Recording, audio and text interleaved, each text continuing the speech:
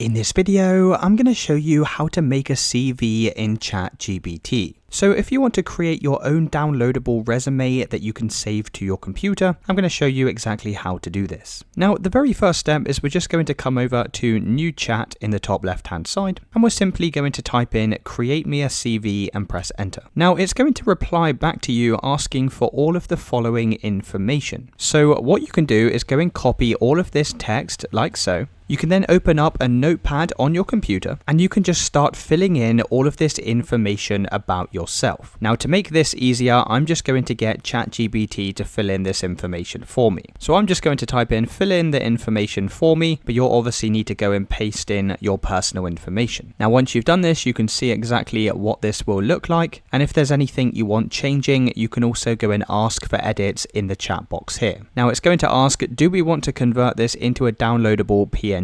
Just go and type in yes and press enter. Now, you'll simply need to wait a few minutes while this goes and creates your downloadable resume. So once it's finished downloading, it's going to look something similar to this. And from here, we can just go and click on the share button in the bottom navigation, and you can then press the download button and you'll be able to download this straight to your computer. So it's really as simple as that, guys. Let me know in the comments if you found this video helpful.